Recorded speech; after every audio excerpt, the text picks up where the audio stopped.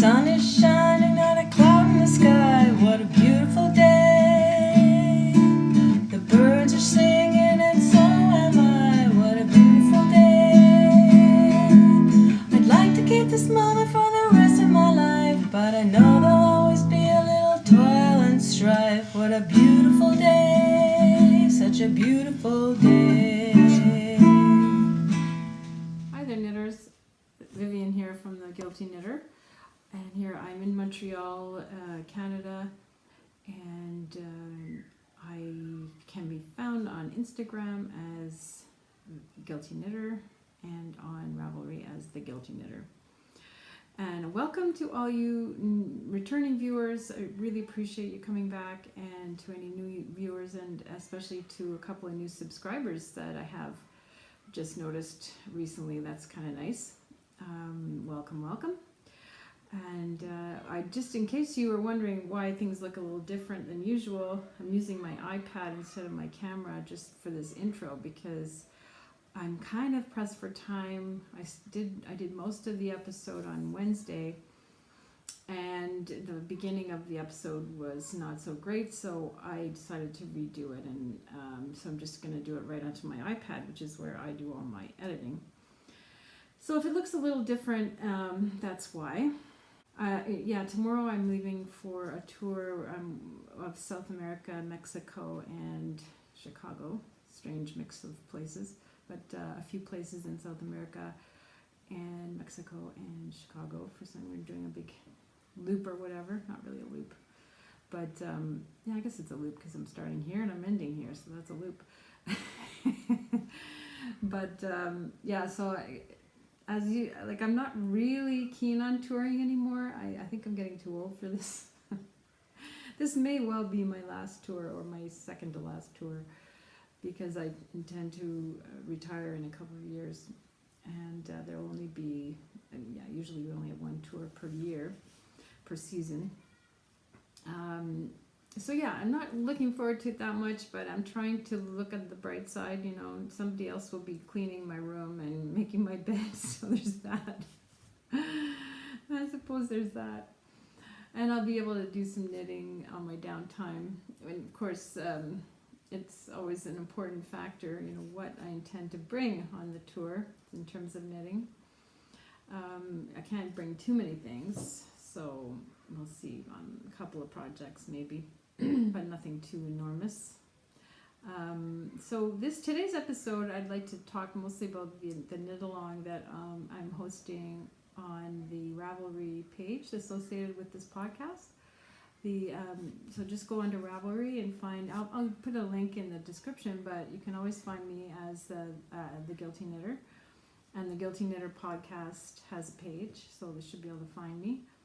And feel free to introduce yourself and tell me what you're knitting, and you can publish photos of your works in progress and eventually your finished object, and be entered to win a prize at the end. It should be, I don't know exactly what it's going to be yet, but I imagine by the time it's finished, I'll have a better idea, because we're gonna go till December 15th, so lots of more time to join in. So if you want to do a color work project or a Steeking project, or one that incorporates both, if you have both, you get 2 entries for the prize. And if you do more than one project, of course, you can enter twice as well, or however many times you do projects. So yeah, so do come on over and join in. We have a few people, but it would be great to have a lot more.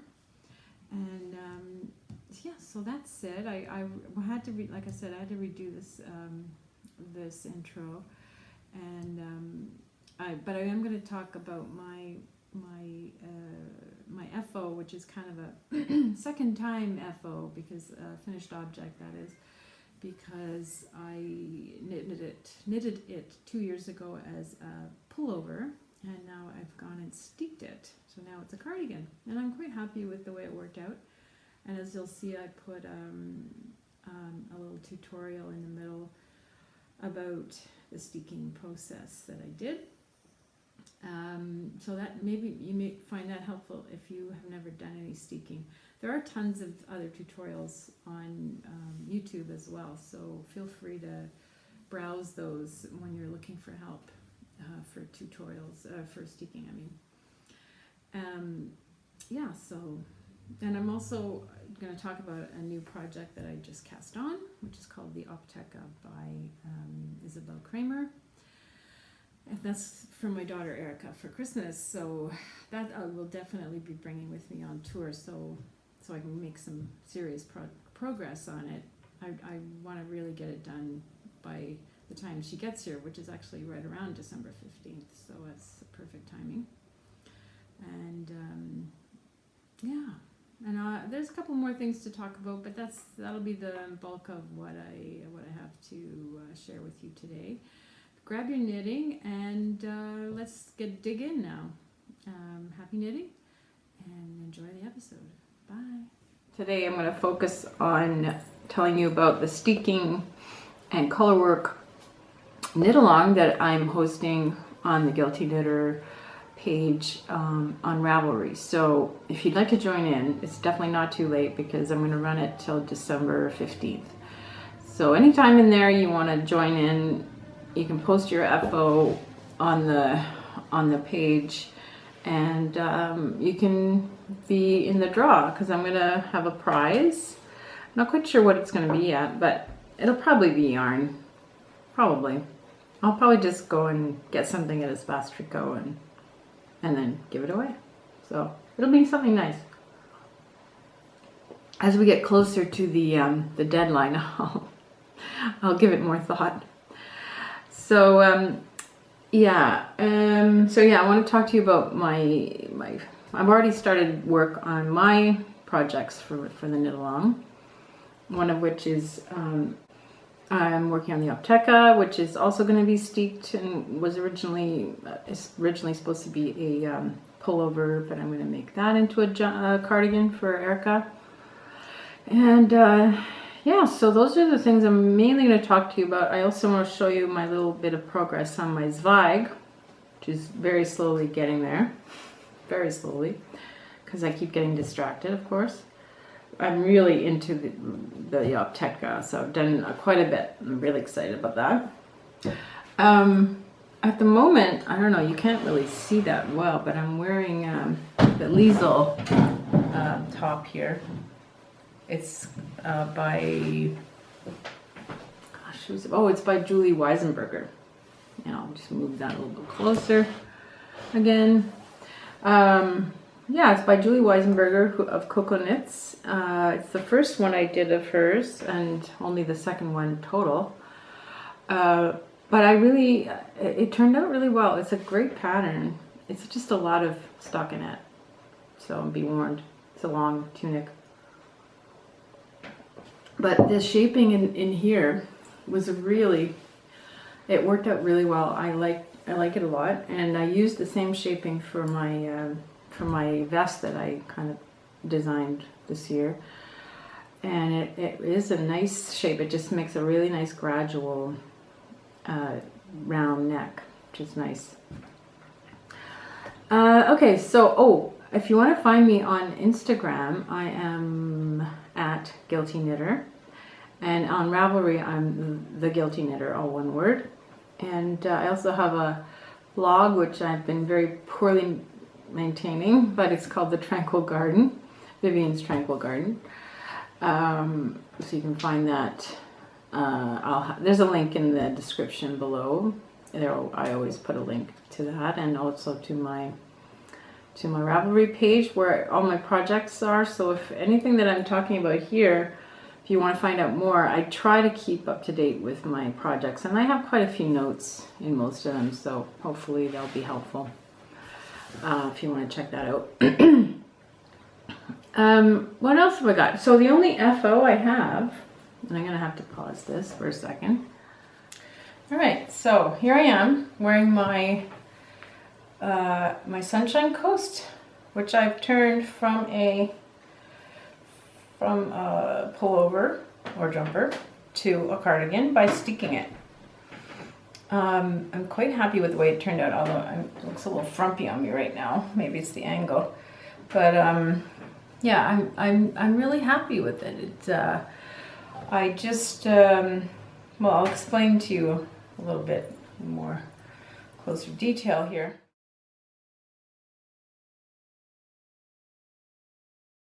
I took some video footage of in the middle of the steeking, or getting ready to steek. No, it was, I had already steeked, so I was, at least I'm pretty sure I had. So I'm sort of in the middle of picking up for the button band. Here is a quick tutorial on the steeking that I've done. Hi there, knitters. Vivian Lee from The Guilty Knitter here, and I'm just going to show you a little bit about about what I've done here. I have this big sweater, kind of enormous.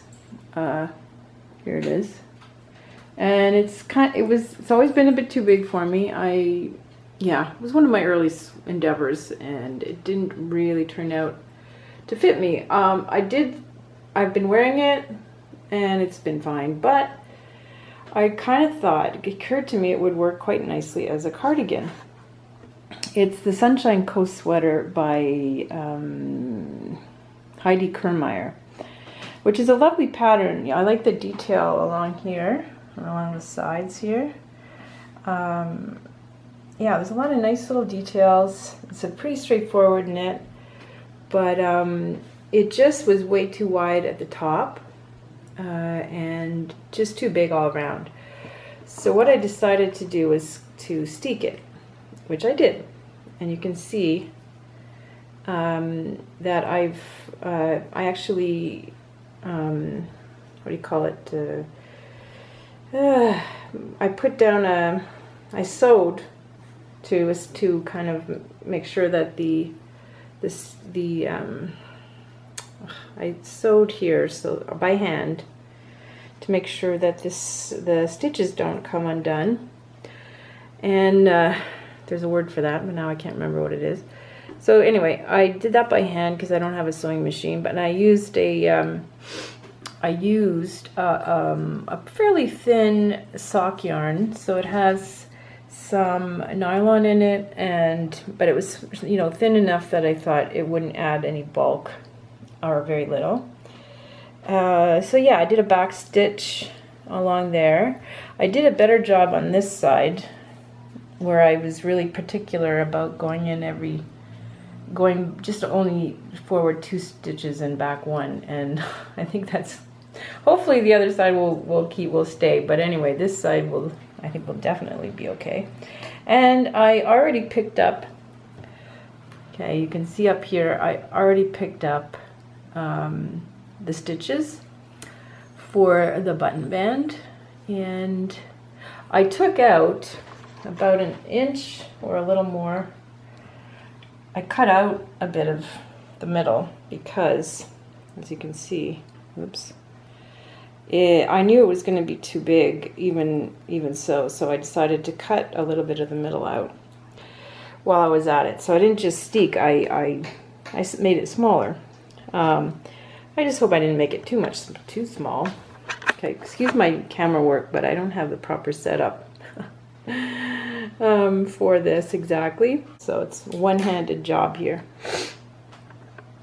All right, so I picked up the stitches, and I used the Cocoa Knits method that is in the Sweater Workshop book that I own.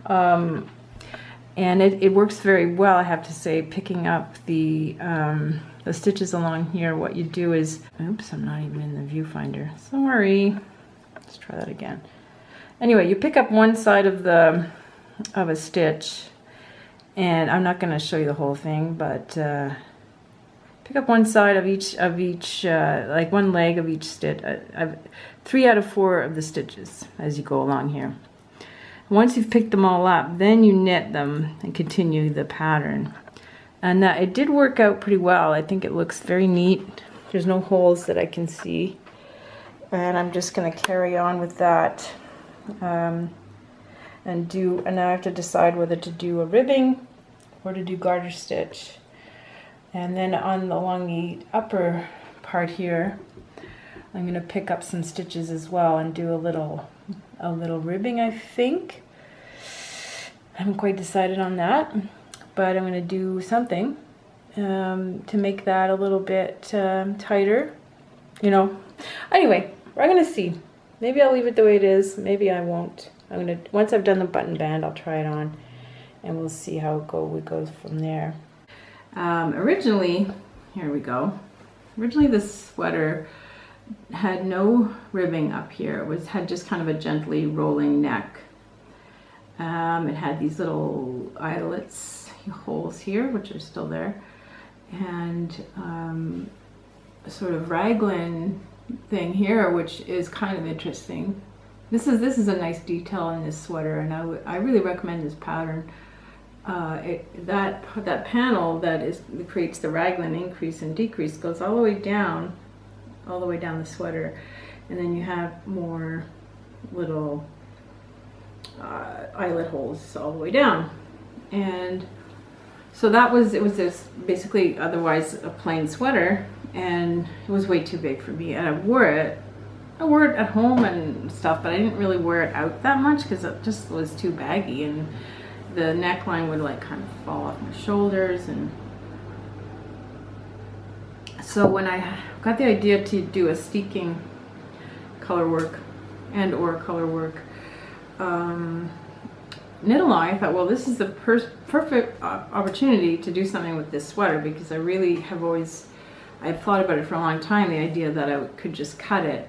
So what I did was I reinforced between like where I was going to cut.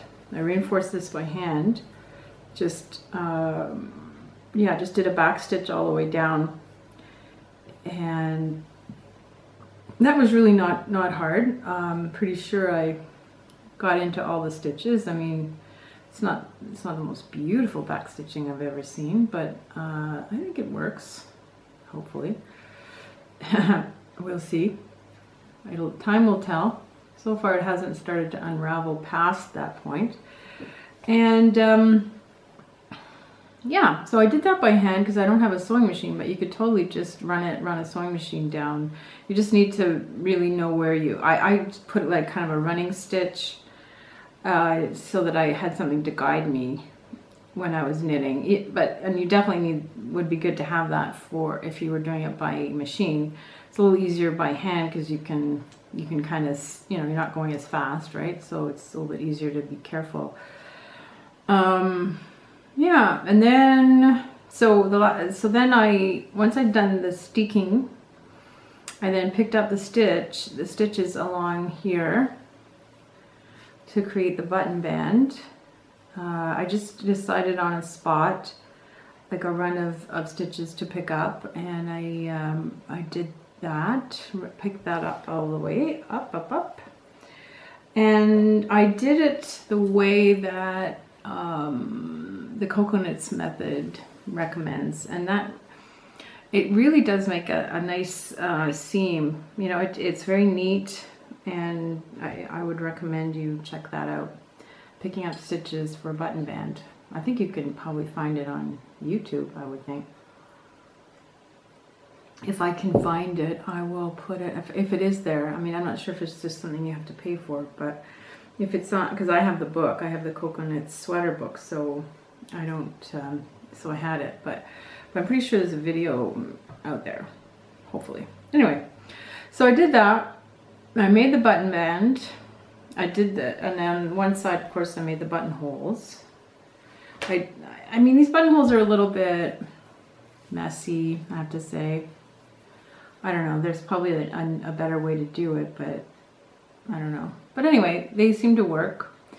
And I got these pretty buttons over at Espace Chico. And I used pink thread because I thought it looked cute. I liked it. And I had to reinforce that. I did it once and it started to kind of really pull at the yarn of the sweater. So I had to reinforce it again. And this time what I did was I put a little bit of scrap yarn And when I tied it, I tied the scrap yarn. I don't know if you can really see what I did, but I I used a little bit of the purple scrap yarn, and I just laid it across here and then tied over top of that, just so that it would be less likely for it to, to pull on the yarn of the sweater, I thought. And it seems to be working. It's almost like putting a little piece of fabric. That's what I kind of thought, and that's the idea I had. If you put a little piece of reinforcing fabric back there, it would probably be the best idea. But this is like quick and easy solution. And so we'll see if it holds or whatever. But so far so good. We'll see.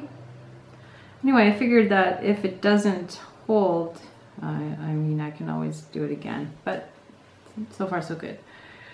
And then once I'd done the button band, I thought that it really needed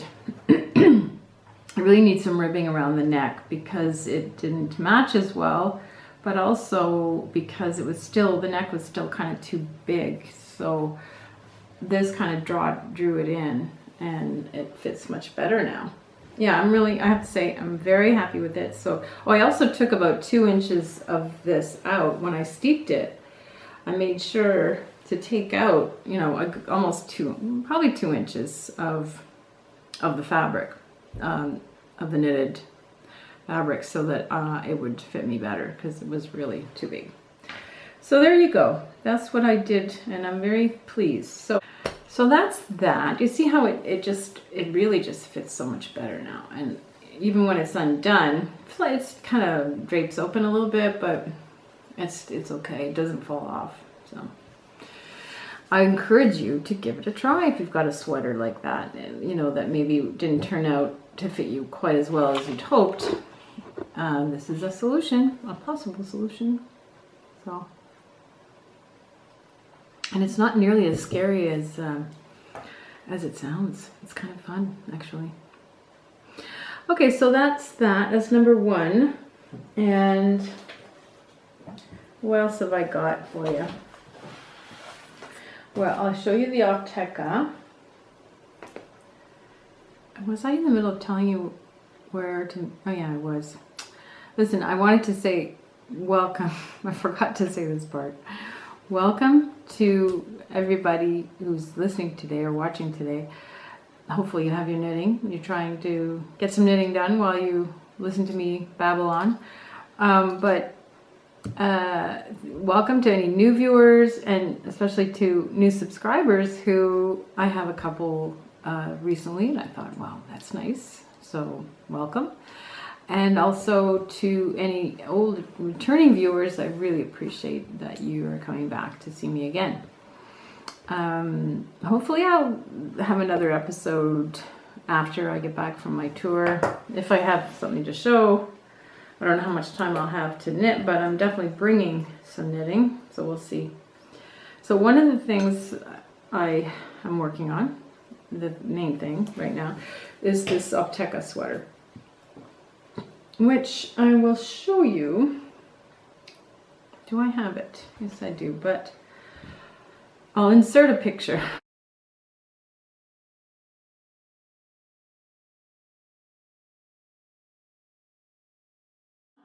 But I'll show you a picture. I'll insert it like basically right here, and to show you the difference between what ISABELL Kraemer envisioned and what I'm actually doing.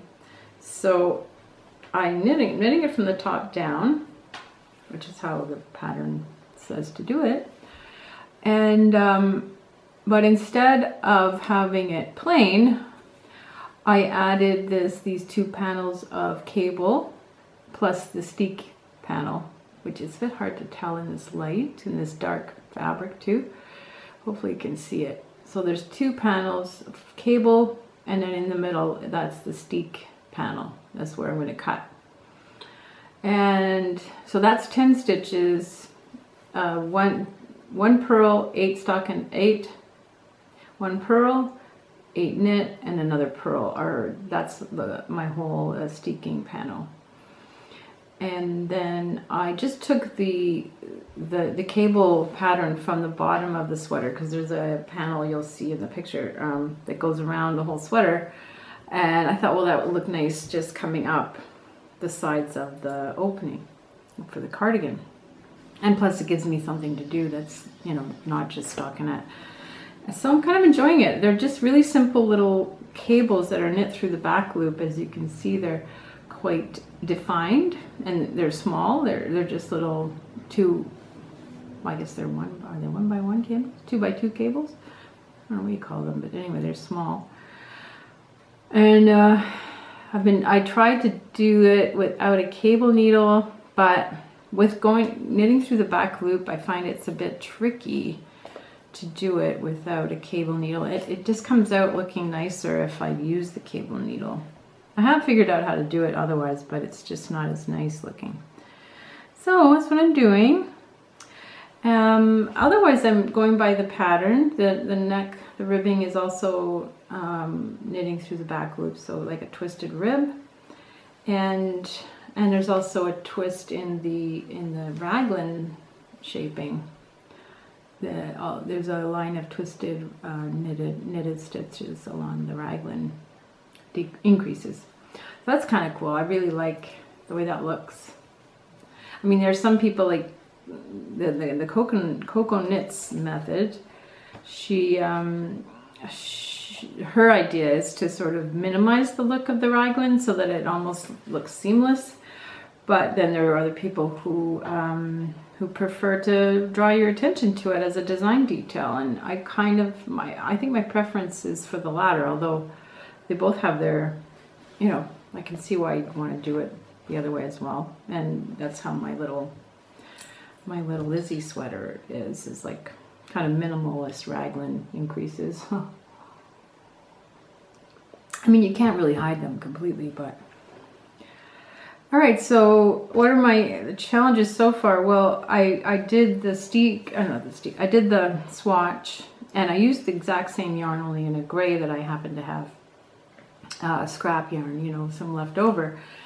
And I got gauge on a 3.75 needle, but naturally when I started the sweater, and this happens like, I don't know, at least 50% of the time, maybe more, I was getting a different gauge. I was getting a tighter gauge, which is weird for me because I usually get a loose gauge. I'm usually a fairly loose knitter, so I don't know.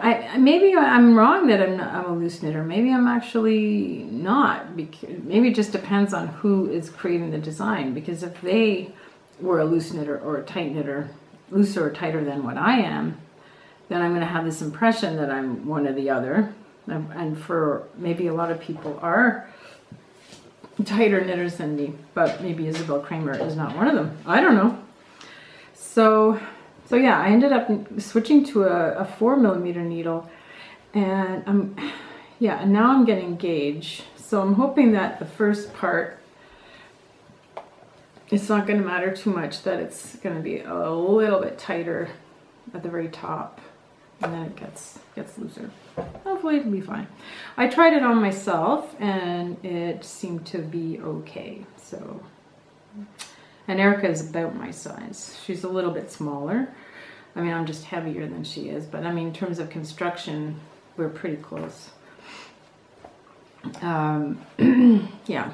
Anyway, I hope she's gonna like it. But I'm at least enjoying the knit very much. So, yeah, even if she doesn't, I don't know. I think she's gonna like it. She better like it. But anyway, I was looking at some old notes for an earlier episode where I talked about people being knit-worthy, and it was for a Christmas episode, so it was probably last year, you know, last Christmas or something that I was talking about it, or it was probably last fall, that because I was, you know, getting revved up for the Christmas season. I was thinking about it, you know, what makes somebody knit-worthy. And the thing is with, it's something that I think deserves a little bit of thought. Like, you can't, I think it's important to be comfortable with whether you're knitting for somebody else and what, you know, and to be okay with whether or not, like, if they like that or they don't like it, like, basically give it to them. It's out of your hands. You don't worry about it anymore. You've had the joy of knitting it, and you can't control whether they're gonna love it or not. They probably will appreciate the fact that you made this thing for them. I mean, they may not understand the amount of work that goes into something, but they would probably appreciate, you know, the work that you've done and the fact that you did it for them. But that doesn't mean that they will actually wear it. For maybe it doesn't suit them, maybe it's just not their style, they don't like the color, or they don't have a lot of stuff in that color, so they can't wear it that often. I mean, there's so many factors. So, I mean, obviously this time I made an effort to pick something that she liked, because I ran some patterns by her. She picked this pattern. We picked the yarn together. So I am really hoping, but she is not the easiest person to please. She and I don't have the same taste necessarily, but like I said, we kind of agreed on this, so hoping for the best. Yeah. Anyway, so getting back to Knitworthy, I don't know. I was reading this stuff and I thought, oh, you know what? It's pretty smart. Yeah, pretty smart stuff I wrote, you know? Because I was talking about how back when I was starting to knit again, which was about 5 years ago, maybe closer to 6 now, it was because Christmas was coming up that I got the idea from a friend of mine who also was knitting cowls and things for gifts. I thought, oh, I could do that. I haven't done that in a long time. That would be kind of fun. So I bought some heavy yarn, some nice fat yarn, and did some cowls. And of course I got totally bitten by the bug. And so I gave like a whole bunch of people things that Christmas, and I'm sure they, you know, it was fine. They kind of liked them or whatever. I don't know. That yarn, that particular yarn, I don't think it wears all that well. It really pills a lot. So it's yeah, maybe it wasn't the best yarn to use, but I didn't know any better. So, and it wasn't super expensive. So who knows whether those people are using those things anymore. But anyway, I stopped being that interested in knitting those kinds of things. Those things using big yarn and sort of easy hats and scarves and that kind of thing. And I got more interested in knitting more interesting things, like things that challenged me. And those kinds of things, it's harder to give up because they take a lot more time to knit. And maybe the yarn was really expensive, although for me it's not so much the expenses as the time. And the fact that after putting all that effort into it, yeah, I want preferably to have somebody really like it. So anyway, I like to enjoy the process as much as I enjoy the product, if possible.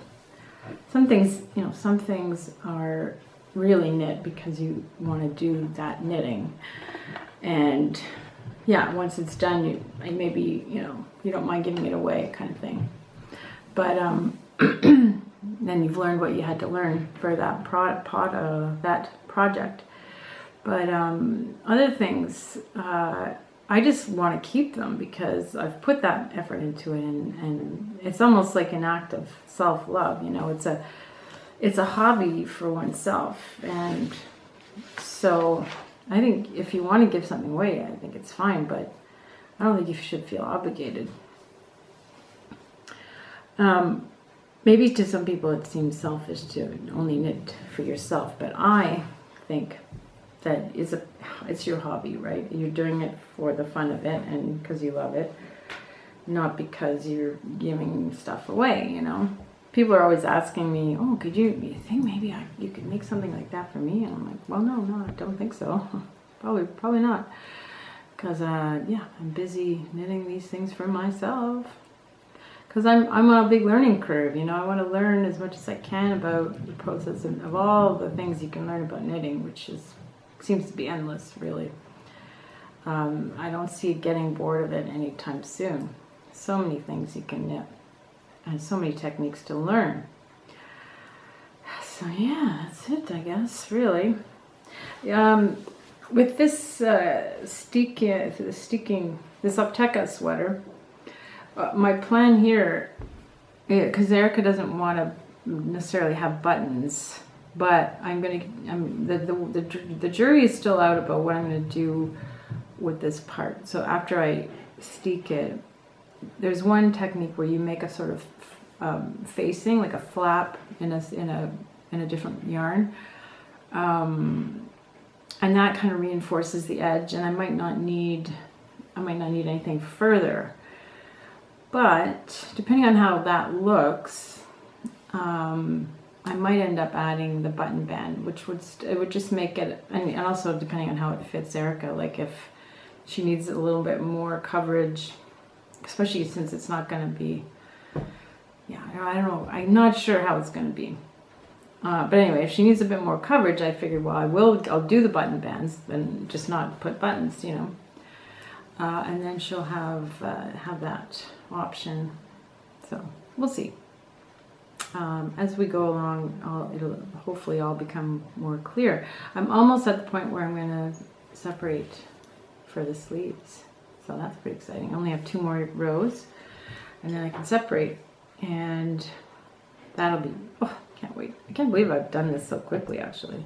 It's been like 2 weeks, I think, which is not so bad for me. And by the way, I'm knitting that out of this yarn, Scout, by Kelburn Woolens Scout, and the yarn color is navy, like navy heather. And yeah, it is a very heathery, I don't know if you can see it in here, but there's like flecks of pink and purple in there. And it's really quite lovely, I think. Hopefully she'll agree. Well, like I said, we picked the yarn together. Just that when we took it out of the store, that's when we really noticed that it was heathered. Before, like in the not in the light from the artificial light, you couldn't tell. You can see the heathering so much. Anyway, so that's that. Hi, here's Monty. Come to say hi. You know what? It's very embarrassing for him, but he's wearing diapers these days because that's where we've gotten to the point. We've gotten to the point where poor little Monty is not able to hold it very long. So it's either we do this or, you know, the alternative is not great. So we're just gonna go with this. And he doesn't seem to mind. Doesn't even seem to notice that he's got them on, so that's good. Yeah, hey, good boy. Oh yeah, my Zweig. Yeah. Okay, hold on a minute. Anyway, okay, so I have my Zweig, which is right here. Okay, Monty, you want to get down? All right, here we go.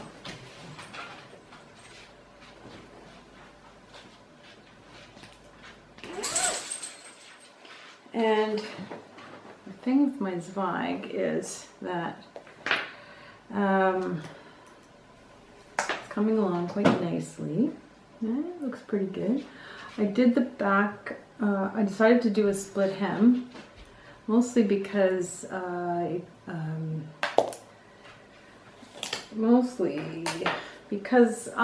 you know, a bit curvy. I'm a curvy lady. I've got some hips, and this is a much more fitted sweater than the last one. I mean, if it's not too small, but I thought I don't want it to come in right around my hips. I'm just gonna want it to, you know, flow nicely. So I did the back hem, now I'm gonna do the front hem, and I'm thinking that I can actually try it on pretty easily because, yeah. Because it's, yeah, because of it being on, I've got the back, see, goes down about there, and I think that's fine.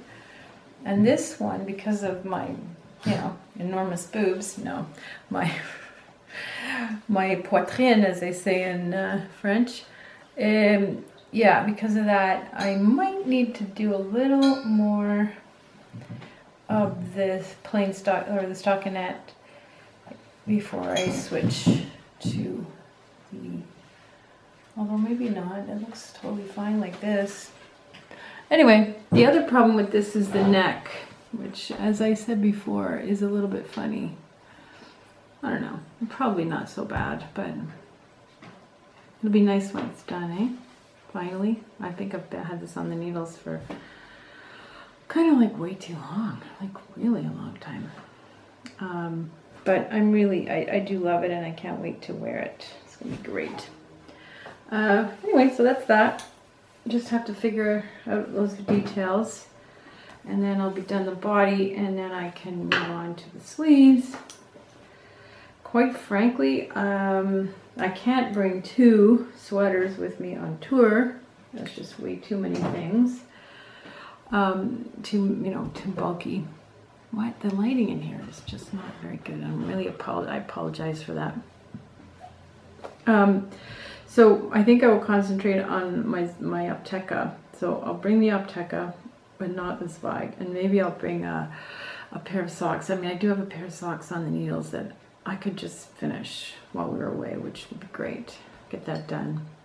You know, when a small project like that, but I have the heel turn to do, and that takes a little concentration. But hey, maybe I'll do it on the plane when I got nothing else to do. It's an overnight flight down to Sao Paulo. That's not going to be fun. And there's another overnight flight in the middle of the tour. We've never done that before. We've never had 2 overnight flights. It's nuts. Yeah. Anyway, but that's the way it goes. And then check this out.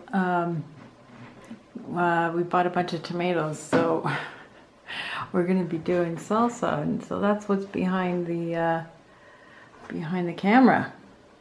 And there's little Monty down here sleeping in his diaper. How embarrassing for him. He doesn't care about it. And there's my messy kitchen. So there you go. Little inside scoop. Hi knitters. Sorry for this interruption of my own podcast. I'm just writing. I just wanted to add, one thing from, oh, here's little Monty having a little nap on me there, falling asleep. There was one little item that I forgot to mention in my podcast that I recorded yesterday. I wanted to mention that one thing that's happened over the summer is that my neighbor, who is, I think 13, I'm not sure, her name is Haya, and she has become quite a knitter. So for the whole summer, she's been coming over every once in a while, and we've been knitting together, and it's been really, really fun. And I just wanted to insert a picture of her latest finished object.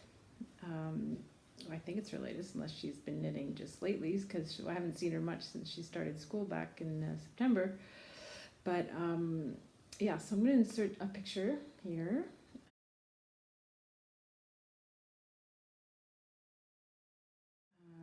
To show you her gorgeous shawl that she knit. And even she started knitting. I mean, I didn't teach her how to knit, but I guess I helped her, understand the directions and of her patterns, and I taught her some new things. And we've just had really fun knit afternoons, kind of small, tiny little knit circles, just Chaya and I.